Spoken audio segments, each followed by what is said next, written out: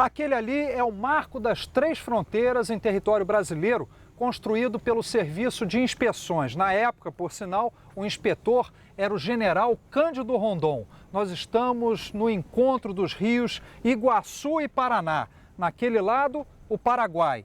E do outro lado, a Argentina. O Caminhos da Reportagem apresenta hoje o primeiro de 2 programas sobre fronteiras do Brasil.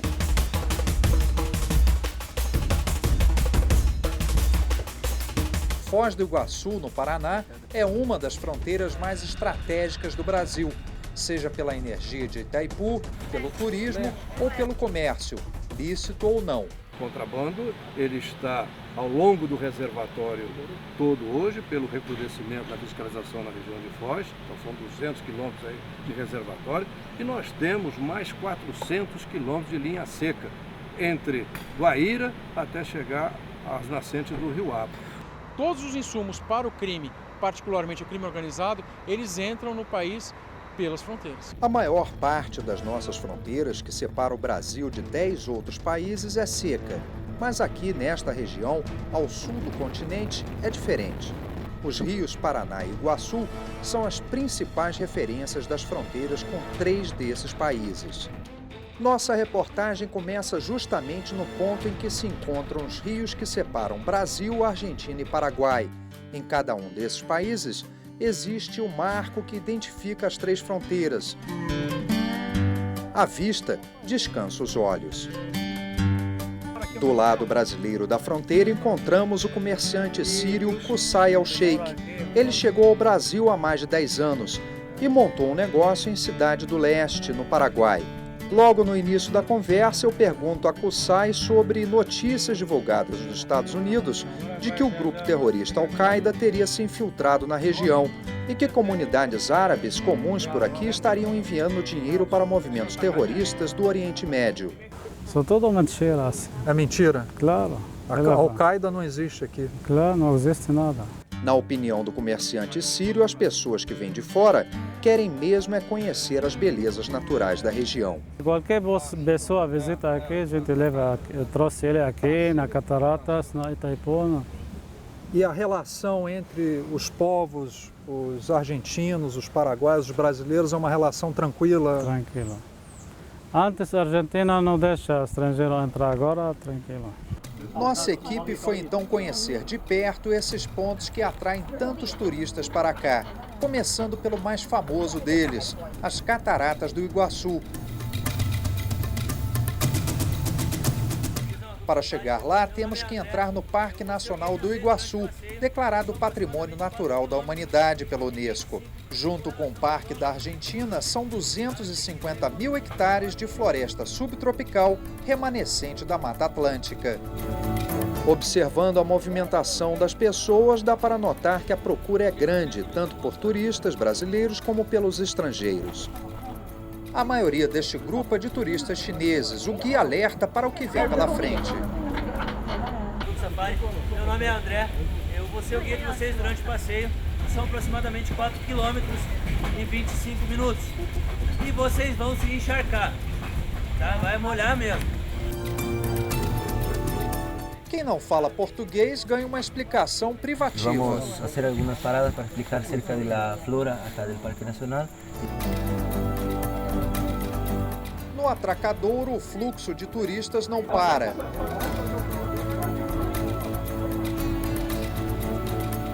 Chegamos aqui agora no Rio Iguaçu, fronteira com a Argentina. Seguindo nesta direção para baixo aqui, nós encontramos o Paraguai, mas nós vamos pegar o barco agora e seguir em direção às Cataratas do Iguaçu.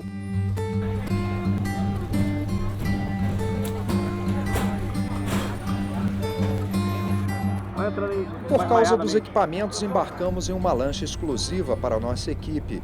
O barco sobe o rio em direção às cataratas. A vegetação densa impressiona.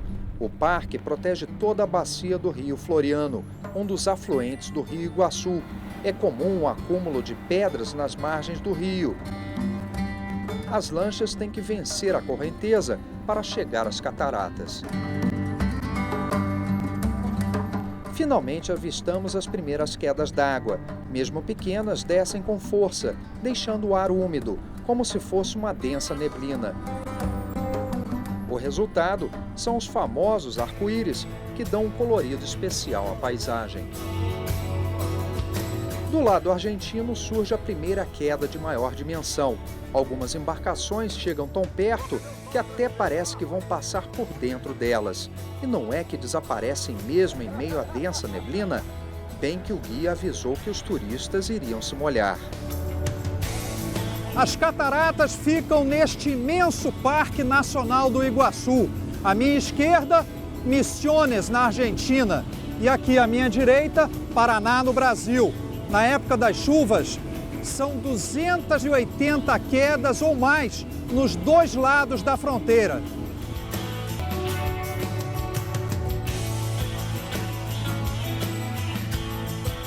Camila, quantos passeios vocês fazem por dia aqui? Em torno de 30 passeios por dia. E os turistas vêm mais da onde?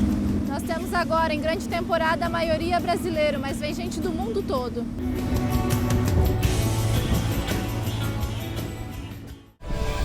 No dia seguinte, deixamos o paraíso natural e seguimos para uma das maiores obras já construídas pelo homem, a usina de Itaipu e seu gigantesco lago.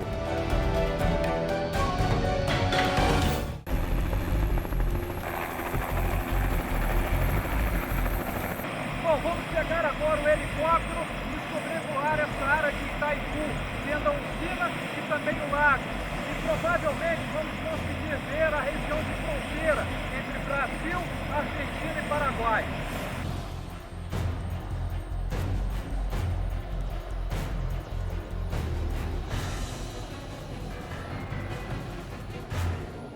Decolamos com o tempo nublado e uma chuva fraca, mas isso não atrapalhou nossa visita. Do alto notamos grandes áreas plantadas, principalmente do lado brasileiro. Bairros inteiros também foram construídos nesta região. Nós estamos vendo então aqui a usina de Itaipu, com a maior geração de energia elétrica do mundo. Uma usina que tem 20 turbinas, 18 delas funcionando. Usina binacional Brasil-Paraguai. O Paraguai agora está ficando aqui para a nossa direita, nesta fronteira fluvial, né, entre os dois países. São 150 quilômetros de lago, com a mata ciliar protegendo as bordas com 100 metros de cada lado. A barragem tem 7,5 km. O lago de Itaipu tem impressionantes 1.350 quilômetros quadrados de água, pontuado por 66 pequenas ilhas. O lago tem diversas praias artificiais, ancoradouros, marinas e parques naturais. Nós temos aqui um patrimônio orçado em 60 bilhões de dólares. Isso é Itaipu binacional. 20% de toda a energia consumida no Brasil é gerada em Itaipu. O seu orçamento é da ordem de 3,3 bilhões de dólares.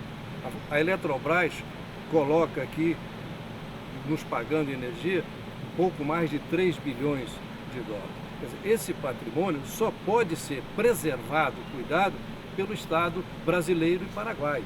Eu faço exatamente essa interface. Eu trabalho aqui com as Forças Armadas Brasileiras. Nós temos aqui uma brigada em Cascavel, 5.000 homens estão desdobrados, vocacionados para a defesa de Itaipu. As dimensões são tão grandes que contrabandistas e traficantes acabam se aproveitando da dificuldade de fiscalização. A Marinha Brasileira é uma das forças que vigia o trânsito por aqui. Desta vez, quem levou o azar não foi nenhum bandido. Era apenas um pescador se distraindo com o filho. Ele esqueceu a documentação do pequeno barco e foi abordado pelos militares. Está com a documentação e a habilitação? A habilitação eu tô. Agora, documento. Protocolo eu peguei agora, eu comprei esse motor agora. Ó, tá até junto aqui. E eu vim testar o motor e tá lá junto com... Mas tem a nota fiscal. No dia a dia, a fiscalização por aqui é bem mais arriscada do que simplesmente notificar pescadores que esqueceram o documento do barco. Nós tínhamos uma concentração fortíssima do contrabando de toda a ordem na região de Foz do Iguaçu. Por uma decisão firme política, combateu-se fortemente esses aspectos.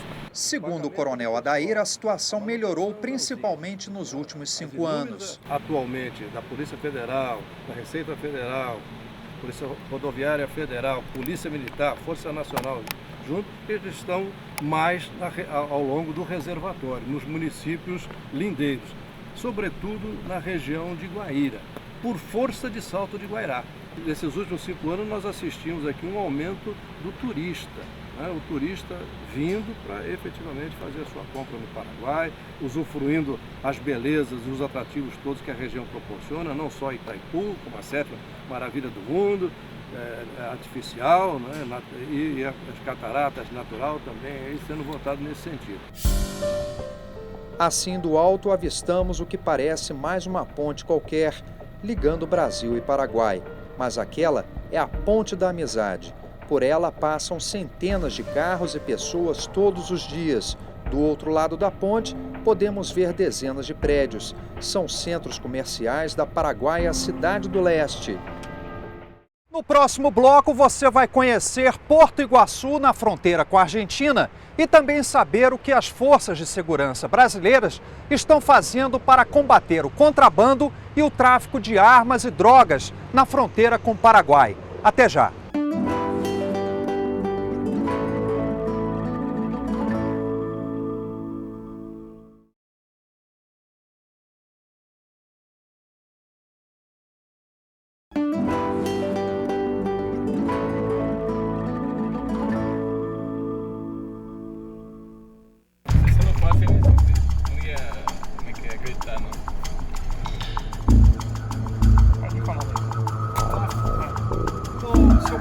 De novo com os pés no chão e de volta à estrada, seguimos por terra em direção à Argentina.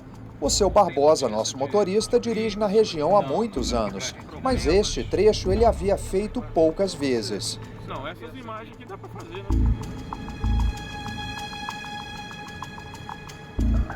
Enquanto esperamos na fila da alfândega argentina, procuro entender a rotina do movimento por aqui.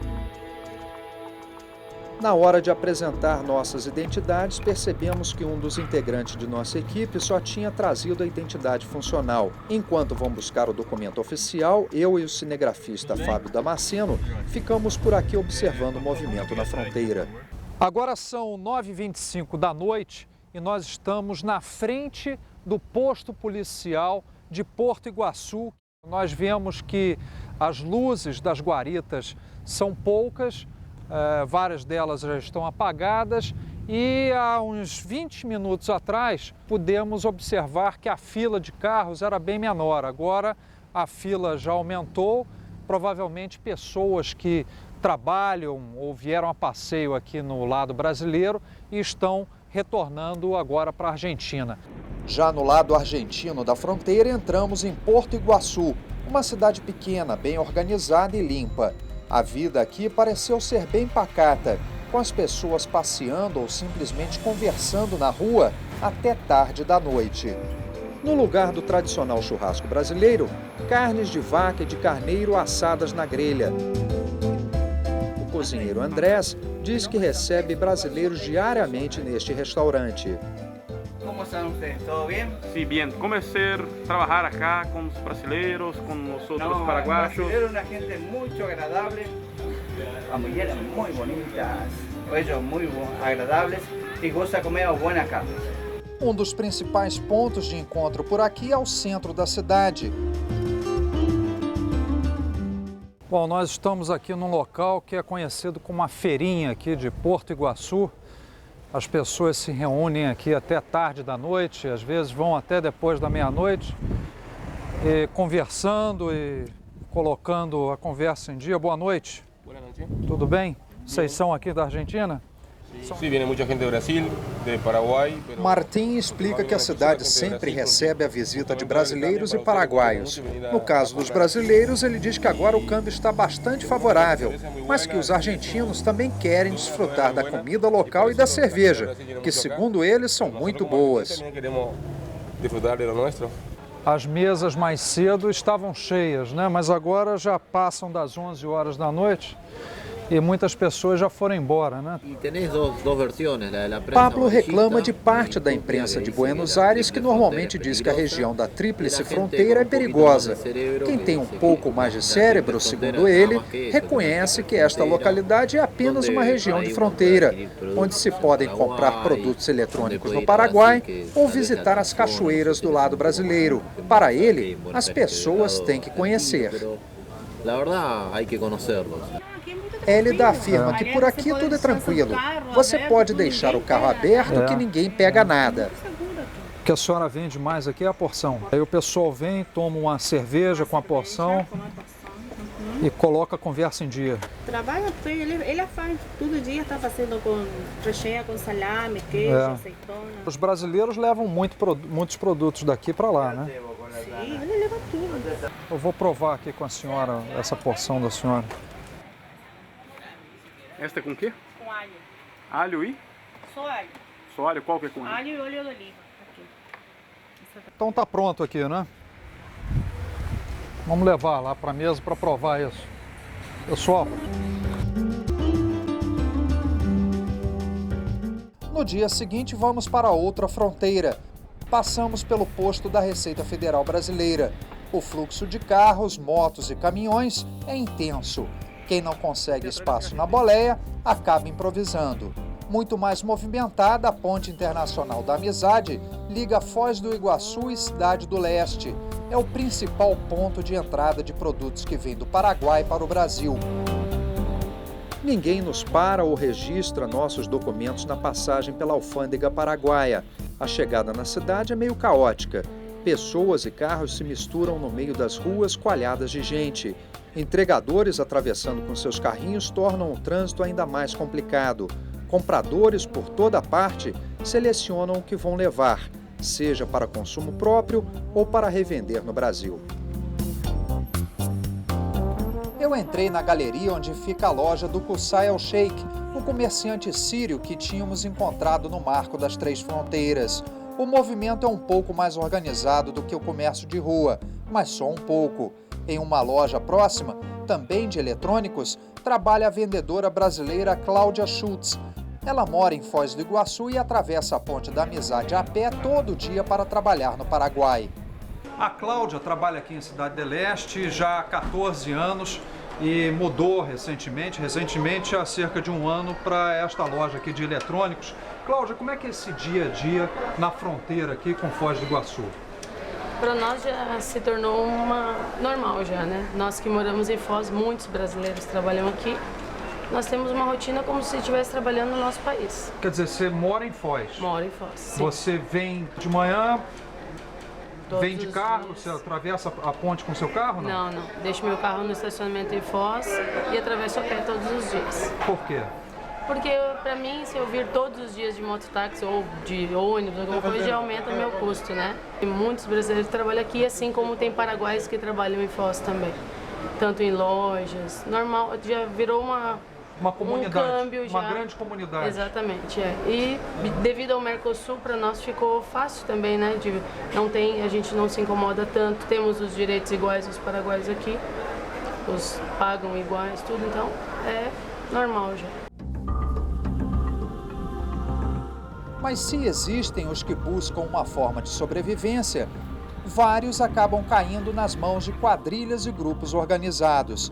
Eles lucram alto com o contrabando e o tráfico de drogas e armas. Nós temos aqui, particularmente em Foz, uma particularidade que não se tem em nenhuma outra fronteira, que é a divisa com Cidade do Leste, o centro financeiro mais importante do Paraguai. Não é a capital, mas provavelmente atrás de Assunção é a cidade mais importante do Paraguai. É o segundo ou terceiro polo comercial com o maior movimento no mundo. Então essa é uma região bastante sensível. Estas imagens gravadas de madrugada mostram a atuação de pequenos atravessadores que enchem barcos inteiros de mercadorias que vão de eletrônicos a cigarros. Apreensões de armamentos e maconha também são frequentes. Estas imagens são recentes, foram gravadas em meados de 2010. Vários barcos atravessam o Rio Paraná e aportam do lado brasileiro. Deste lado da fronteira, integrantes do grupo se movimentam para descarregar rapidamente a mercadoria e evitar que sejam apanhados pela fiscalização. Aqui na região nós apreendemos todos os tipos de droga. Crack, pasta base, cocaína, que são formas de apresentação do que a gente chama de cocaína, maconha, haxixe, que também tem o mesmo princípio ativo da maconha, lança-perfume, anabolizantes, remédios falsificados. O ano passado, nós apreendemos cerca de 60 quilos de maconha, 60 toneladas de maconha. Foi mais da metade de toda a apreensão nacional, só aqui na Operação Sentinela, no estado do Paraná. O contrabando de armas e munições também está na mira da Polícia Federal Brasileira. Fizemos uma apreensão ano passado com cerca de 11 mil cartuchos de munição apenas para fuzis, para armas longas. Tinham cerca de 7 fuzis de grosso calibre, granadas, explosivos. Esse ano já fizemos uma apreensão grande de munição para fuzil, mais uma apreensão de fuzis. Estamos fazendo uma apreensão grande praticamente todo mês com relação a armas e munições. Apesar da atuação desses grupos continuar forte, antigos moradores de cidades lindeiras, ou seja, na margem de rios e lagos de fronteira, dizem que a situação melhorou muito nos últimos 6, 7 anos. É o que garante o agricultor Paulo Samuro. Ele mora em uma vila a caminho de Guaíra, que fica perto da divisa com Mato Grosso do Sul. Como é que é essa vida aqui de fronteira? Uma fronteira fluvial, né? De primeira era mais difícil, né? Porque a gente não tinha nem patrulha rural e coisa assim. Hoje a gente tem tudo, né? Tem patrulha rural, tem assistência. Né? Hoje, para você se comunicar é facinho, né? Porque tem celular, tem tudo. De primeiro não tinha nem telefone. Né? Com essa vinda da patrulha rural, mudou como a situação? O que tinha antes? Eram crimes? Era contrabando? Contrabando, né? Muitos roubos de maquinário, coisa que ia para o Paraguai, coisa... Nossa conversa continua a menos de 500 metros da casa dele, às margens do lago de Itaipu. Antigamente aqui, né, como você vê, essa água aqui era pura lavoura. Né? Era só lavoura, que nem o senhor viu ali em cima. Aqui era morador, cada 1.500 metros tinha um morador. Porque aqui, na verdade, hoje a gente olha para esse lago e é difícil até imaginar que tinha tanta gente aqui, né? Porque a água do lago tomou conta aqui. Isso aí para dizer só quem conhece mesmo, né? Porque quem não conhece isso aí, vai dizer é pura água, né? Mas tinha muito morador aqui embaixo. Se a situação em geral melhorou nos últimos anos, ainda existe muito o que fazer. Uma enorme extensão das fronteiras brasileiras está desprotegida. Foi o que vimos no porto de Pato Bragado, a 150 quilômetros de Foz do Iguaçu. O posto de fiscalização estava abandonado, em plena luz do dia. Pato Bragado é uma das várias cidades lindeiras por aqui. Do outro lado do lago está o Paraguai. Como está numa região de muito contrabando e tráfico, o porto deveria ser fiscalizado. Mas aqui nós só encontramos uma fronteira aberta. De vez em quando vem a polícia militar e dá uma olhada nas bolsas aí. Acho que na última vez que nós veio, a polícia militar veio dar uma olhada, mas muito difícil ver. As dimensões continentais representam um grande desafio para o controle das fronteiras nacionais. Numa fronteira, das dimensões que nós temos aqui, sem a inteligência e sem a tecnologia, não há como combater a criminalidade. Em breve, os policiais de fronteira vão ganhar a ajuda da tecnologia para tentar controlar essas regiões. O Brasil comprou 12 aviões não tripulados, conhecidos como Vantes. São iguais aos usados pelas Forças Armadas de Israel para combater grupos que eles consideram terroristas no Oriente Médio. Não há efetivo em polícia nenhuma do mundo e nem exército nenhum do mundo para cobrir uma fronteira de 9 mil quilômetros. Aqui no Brasil, nós temos investido muito no sistema do VANT, do veículo aéreo não tripulado. Temos a primeira base pioneira aqui em Foz do Iguaçu, que vai monitorar o lago de Itaipu e a região aqui do Paraná até a fronteira com Santa Catarina. Estão previstas bases com veículos aéreos não tripulados no Amazonas e em Brasília. E vai ser uma ferramenta importantíssima, exatamente por ser impossível você cobrir fisicamente com policiais toda a nossa fronteira.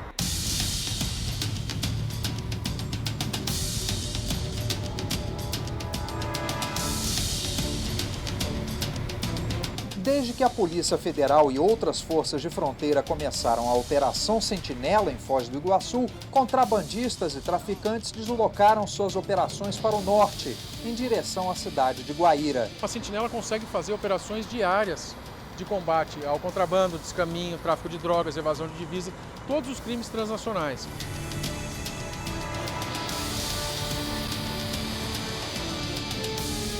Nossa equipe chegou em Guaíra bem no dia em que estes policiais federais apreenderam um barco cheio de cigarros falsificados. A apreensão foi uma das maiores já feitas pela DEPOM, um posto avançado da Polícia Federal por aqui. A nossa equipe de reportagem chegou aqui no posto da Polícia Federal no momento em que a polícia acaba de trazer um barco apreendido carregado de cigarros falsificados. Essas operações são comuns aqui. Esses barcos são fabricados manualmente do lado paraguaio e são eles que transportam esses produtos falsificados. A gente prende outras coisas também, pneu informático, droga. Droga também? Mas a maior parte é cigarro. E droga é o que mais? Mais maconha, é. Quando é carregamento grande, tonelada e meia. Minutos depois chega agora um segundo carregamento de cigarros falsificados. A Polícia Federal fez uma apreensão grande hoje pela manhã e nós vamos sair com eles daqui a pouco para ver alguns portos clandestinos aqui ao longo das margens. Em Guaíra, um posto avançado da Polícia Federal fiscaliza os portos clandestinos ao longo do Lago de Itaipu. Quantos portos desse mesmo porte, ou menores ou maiores, você acha que existem? Poucos, só eu vou te dar um exemplo daqui até a curva do rio. Certo. Só aqui tem mais dois aqui para cima, um entrando aqui, entrando no meio desse igarapé. Tem dia que está aberto, tem dia que está fechado, mas por causa dos igarapés. Um aqui, mais um para cima. Entrando aqui, tem mais no rio, tem mais vários portos. Tem um rio que é difícil de visualização ali, tem vários portos para cima, e lá naquela curva tem outro. Só aqui são 1, 2, 3, 4, mais uns 10 que tem adentro, só aqui são 14.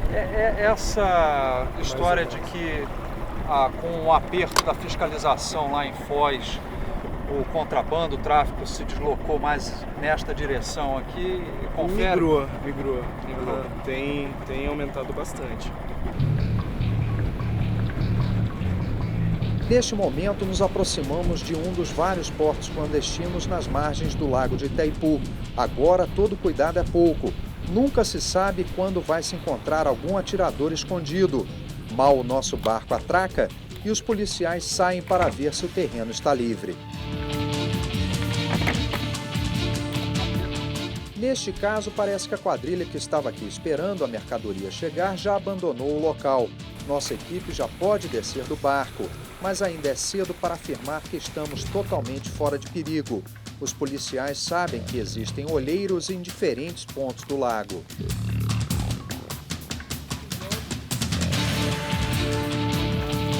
Sempre que vocês descem, vocês têm que descer já em prontidão. Sim, sempre descer em alerta, porque a chance de confronto é grande.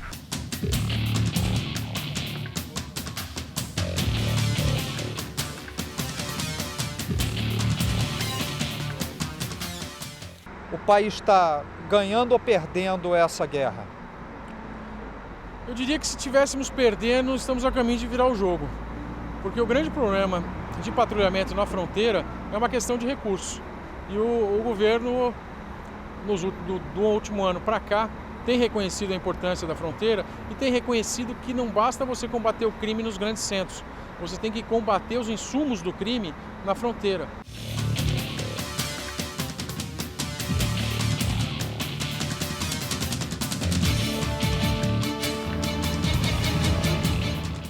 No próximo bloco, nós vamos contar por que muitos brasileiros estão atravessando a fronteira de Roraima para tentar a vida na Guiana. O país tem uma forte influência africana e indiana e o governo por lá investe fortemente na educação. Até já!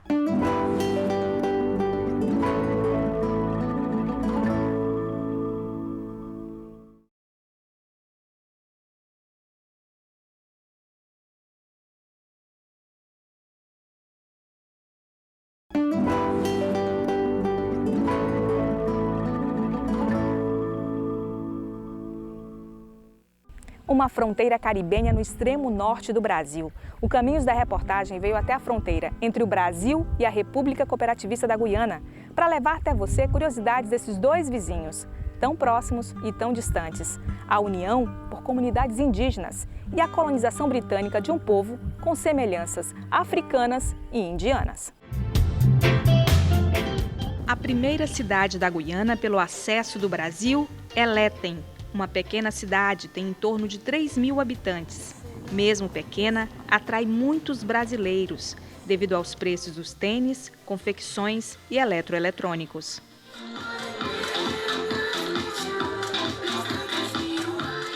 A cidade em si ela é uma cidade parecida com o interior, mas o comércio vale a pena a gente vir. O preço é bem acessível do que como em Manaus. R$1 vale 115 dólares guianense, fato que ajuda a presença do brasileiro consumindo mais aqui na Guiana. Olha, mas aqui tudo é vendido em real, inclusive imitações perfeitas como esta. Quanto custa? Em real está custando R$45. Em dólar guianense? 5.175 dólares.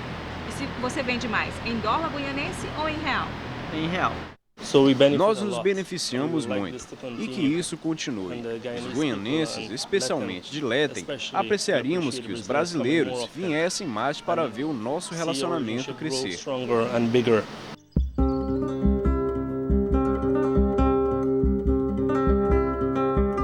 A colonização da região das Guianas, ou Amazônia Caribenha, data do século XVII.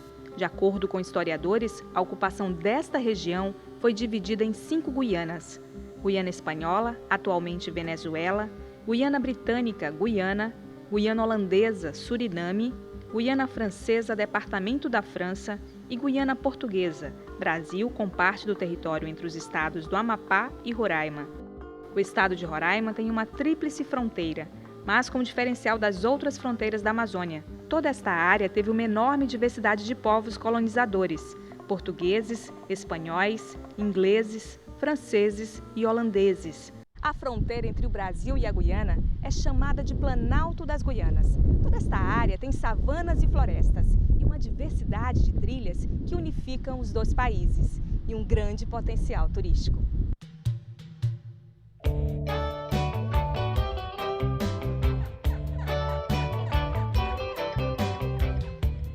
Foi o que percebemos ao chegar em Rockville Lodge, um resort localizado na aldeia indígena de Anai, na savana Rupununi. A região fica na divisa da Cordilheira da Serra de Pacaraima com a floresta tropical da Guiana.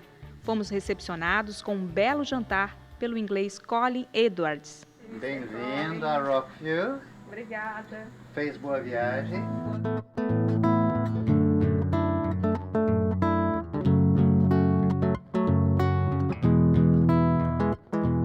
No dia seguinte, o primeiro som é dos pássaros.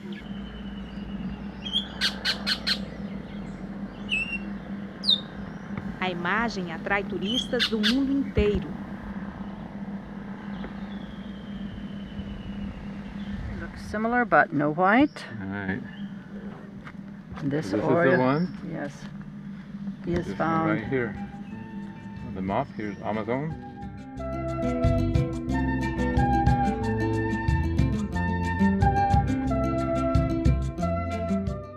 Em Rockville, o visitante é acomodado em apartamentos confortáveis. Está incluso a refeição e os passeios, com explicações sobre árvores e pássaros.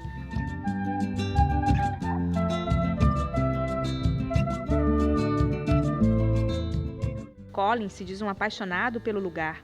A amizade pelas pessoas de ambos os países é vista na forma simples como se relaciona e vive. Se considera parte da comunidade. A gente tem a capacidade de criar alguma coisa que vai melhorar a qualidade de vida para os outros.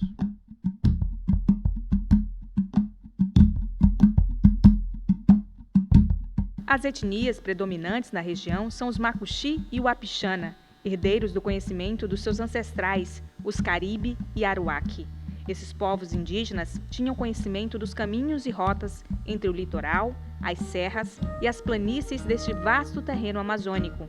Várias vias de atalhos que facilitam o destino da viagem, informação que foi repassada de geração a geração. É uma região com uma diversidade de trilhas indígenas que foram construídas ao longo do processo histórico de ocupação desses indígenas nesta região. Conhecendo melhor o lugar, encontramos pessoas que falavam português e inglês, a maioria com histórias de vida nos dois países. Lucy, cozinheira em Rockville, nome usado na Guiana. No Brasil, o nome? É Lucélia. Em inglês, o nome dele é? My name is Hilbert John. No Brasil, ele tem outro nome. Meu nome é Gilberto Lauren. Gilberto, um dos funcionários de Colin, explica que gosta de trabalhar no local e lhe agrada a forma como é dividida a carga horária. Trabalho por 15 dias aqui. Depois de 15 dias eu fico lá em casa, cuidando das minhas coisas, minha roça também. E pescaria, que eu gosto.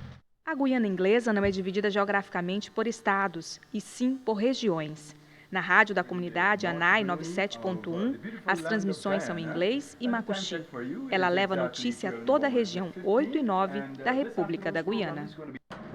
Agora você está ouvindo a rádio Paiomar FM 97.1, aqui no Rupununi Norte, da bonita terra da Guiana, e a hora certa para você. Na pré-escola da comunidade, uma recepção calorosa.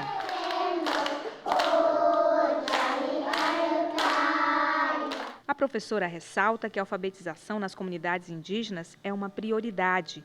We use various methods.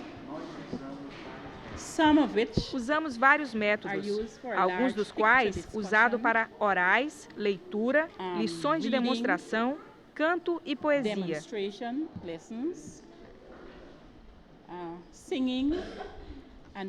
Para passar aos alunos aquilo que queremos que eles entendam. Aprendizado que parece fácil quando pedimos uma leitura. This is a boy. The boy is Roy. A fase da pré-escola na Guiana compreende a idade de 3 anos e 9 meses, até os 5 anos. Depois de concluído este período, a criança sai alfabetizada. Mas isso não acontece com todos. Os indígenas, na sua maioria, são nômades e mudam de endereço com frequência, o que acaba dificultando o aprendizado na infância. Lurdinha tem 11 anos, morou toda a fase da pré-escola em Boa Vista. O primeiro contato escolar foi em português. No ensino em inglês, tem dificuldade de acompanhar. Aí você aprendeu a ler lá em Boa Vista? Só um pouco. Ah, é? Lá em Manaus ela não aprendeu nada. Fica difícil, né, quando troca para outro país, para aprender tudo de novo no outro país? Sim. Nos despedimos da comunidade de ANAI.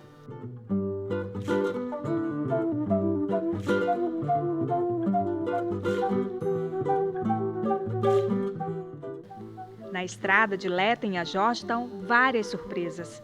E uma muito similar na fauna do Lavrado, no norte do Brasil. Um tamanduá-bandeira. A vegetação diferente do estado de Roraima. Um vale de lírios, mas o personagem muito comum nas savanas tropicais da Amazônia.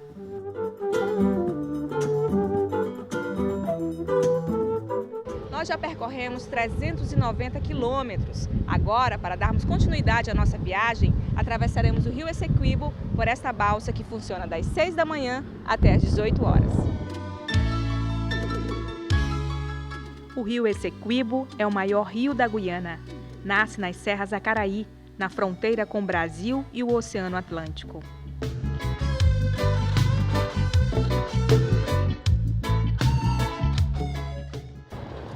Na estrada, sem sinalização e com muitos buracos, nossos carros tracionados sentem dificuldade de continuar o trajeto.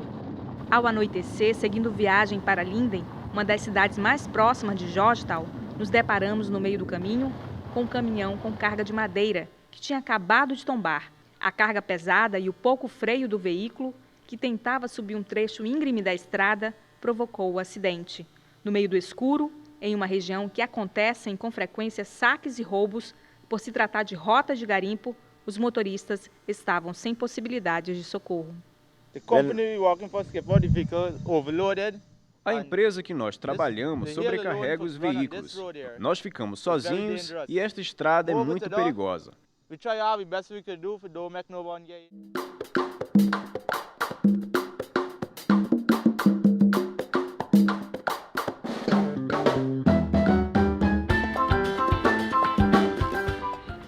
dia seguinte, chegamos à cidade de Georgetown, capital da Guiana, localizada na costa do Atlântico, na foz do rio Demerara. Georgetown concentra as principais decisões políticas e econômicas do país, com uma população estimada em pouco mais de 200 mil habitantes. Congrega uma mistura de culturas, sons e sabores.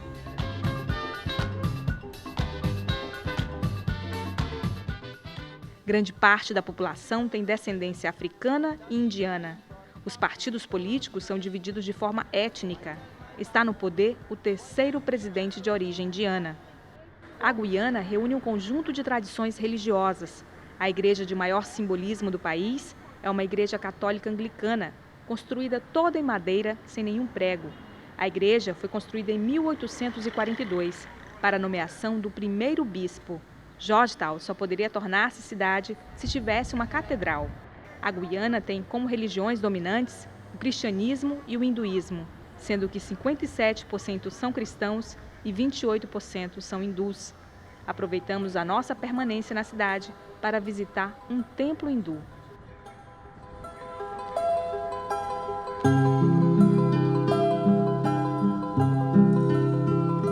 Em termos comparativos, podemos dizer que o Brasil e a Guiana estão mergulhados em um universo de contrastes, mas cada país com sua singularidade. O Brasil é a 7ª economia do mundo, já a Guiana tem a menor economia da América do Sul. Em contrapartida, enquanto no Brasil mais de 14 milhões da população não sabem ler e nem escrever, na Guiana, 92% da população é alfabetizada. Independente dos desafios existentes nos dois países, tanto o Brasil como a Guiana recebem imigrantes que cruzam a fronteira em busca de uma vida melhor, como é o caso da brasileira Laura, que saiu do Pará e hoje mora na Guiana, onde já vive há 8 anos. Ela conta que em pouco tempo conseguiu montar um restaurante. Os hotéis foram conhecendo, foram dando informação aos seus turistas da churrascaria, e a churrascaria foi crescendo nesse sentido. E hoje, os nossos clientes, a maioria são estrangeiros mesmo. Nós quase não recebemos brasileiro mais. Já o autônomo Leonel Gomes, que com muita dificuldade luta para fazer o pequeno empreendimento crescer, afirma que o idioma ainda é a maior barreira a ser superada. A maior dificuldade para mim aqui na Guiana foi o inglês, né? Falar o inglês, porque é difícil falar o inglês. Mas a facilidade de trabalho e a oportunidade de chegar no lugar certo na hora certa, né? A guianense Márcia King fez o percurso inverso. Há 20 anos, ela deixou a Guiana para viver no Brasil, trazendo na bagagem um pouco dos costumes da mulher guianense. Atualmente é proprietária de um salão de beleza. Investiu no estilo Rastafari. Lá eu nem trabalhava, né? Era dona de casa lá na Guiana. E vendo aqui, a gente vê pelo menos eu estou vendo a vida com outros olhares, onde eu posso, né? Eu podia trabalhar, descobrir um talento que Deus deu, né? Então, profissionalmente foi muito, muito bom para mim. Nós estimamos que a população brasileira trabalhando na Guiana possa estar em torno entre 3 mil e 5 mil pessoas. É uma população que é flutuante e que não tem uma residência fixa e permanente na Guiana.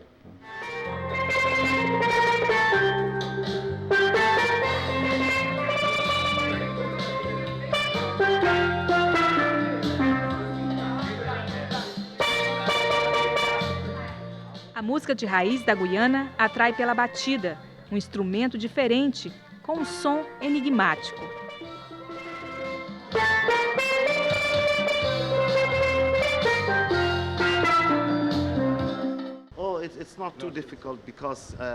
Todo mundo lida com a batida do coração.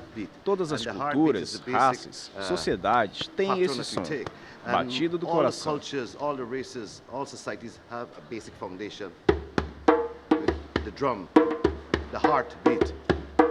Com essa simples base fundamental, todos podem tocar esse instrumento.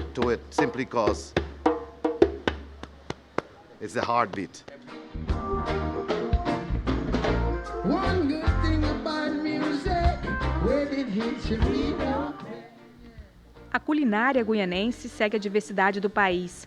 Nós fomos recepcionados com uma bebida muito gostosa e popular na República da Guiana, por nome de Malbe, que para eles é uma forma de desejar boas-vindas.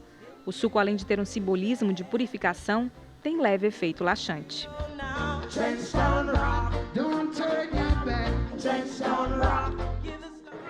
Além da bebida exótica, outro atrativo é a gastronomia do lugar, que mistura temperos de diversas regiões do mundo.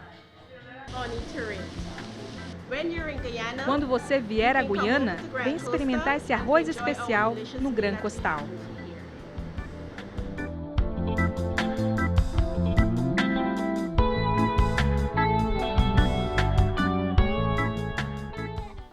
A Guiana Inglesa está inserida no CARICOM, um bloco de cooperação econômica e relações industriais, visando o desenvolvimento das 15 ilhas do Mar do Caribe.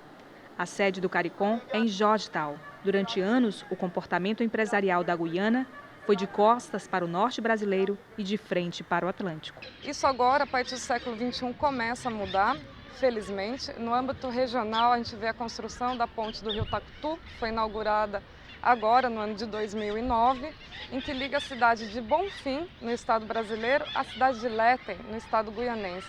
Então, essa ponte pode trazer uma expectativa de melhora comercial. E quando a gente fala na questão fronteiriça, não é somente comercial, é a questão da identidade, é a questão cultural, é a questão diplomática entre os países que deve ser fortalecida. O governo brasileiro foi o responsável pela concretização da ponte sobre o rio Tacutu, que teve um custo de 5 milhões de dólares, uma realização que promove a integração entre os dois países. Na busca da possibilidade de expansão e o fortalecimento econômico, a Guiana fundou a GoInvest, uma organização que atrai investidores internacionais, com incentivos fiscais. Este ano, a organização realizou algumas reuniões com empresários do estado de Roraima. Para promover o investimento na Guiana, nós fazemos concessões fiscais. Nós damos todo o maquinário e ferramentas necessárias para a implementação do projeto. O Sebrae Roraima desenvolve um projeto de internacionalização das MPE aqui em Roraima. A ideia é que essas pessoas possam ter uma espécie de estágio nessas instituições e fiquem conhecendo como nós somos, né? Os guianenses vão ficar conhecendo assim, os nossos projetos, a nossa cultura empresarial, quais são os projetos de governo.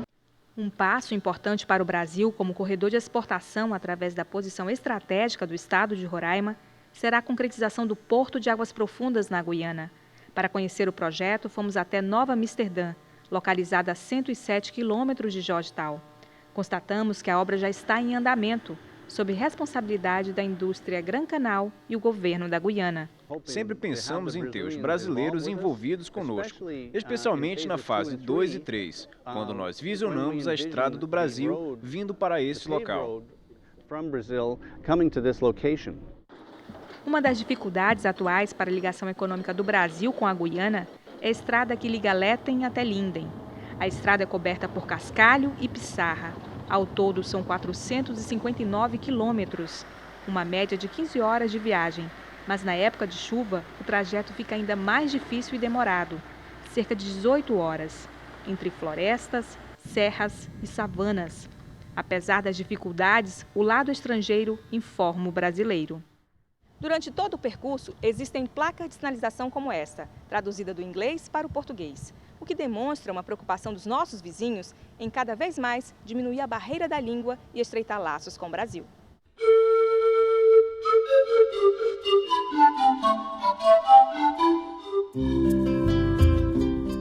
Um mar de águas escuras com possibilidades claras para o extremo norte do Brasil. Uma Amazônia caribenha, com a cara de um povo diferente e igual. Semelhanças traçadas de um povo de origem milenar. Histórias desenhadas em trilhas que ultrapassam dados oficiais, de uma fronteira de 964 quilômetros. Um povo amazônico, de países diferentes.